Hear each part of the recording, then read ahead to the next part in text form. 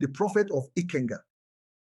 Soon, Pastor Ben was flung before King Obi, a broad-shouldered man with a lion-skin cloak, a red eagle feather crown, and a deep scar across his cheek. The king sat on his ornate throne inside the ancestral palace, flanked by his kinsmen, his elegant wife, Queen Chiamaka, the brooding village herbalist, Dibia Onwu, and Udoka. You speak against our gods on our soil, the king thundered. But Pastor Ben, kneeling and bloodied, replied calmly, Your Majesty, your wife will soon conceive and bear you a son, not by the power of your gods, but by the hand of the Almighty God. The queen gasped, but the Dibia stepped forward, his voice laced with contempt. That is a lie. The gods have spoken. The queen will remain barren. It is their punishment. Rage consumed the king.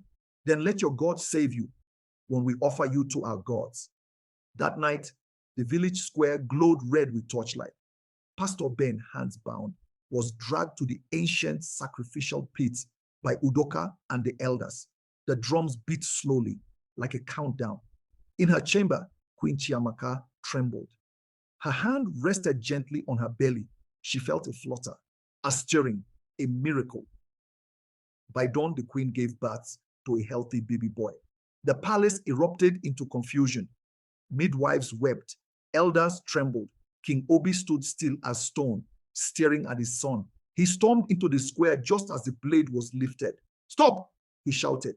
The knife froze. King Obi walked through the stunned crowd. He untied Pastor Ben himself. Your God has spoken. The chains dropped. That evening, the market that once called for blood danced instead. No sacrifice, no chance of death, only drums of joy. And in the ruins of the old shrine, now abandoned and cracked, a white dove landed where blood once flowed.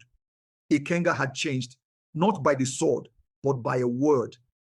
Ikenga has spoken, but more stories await. Subscribe and don't miss what's coming.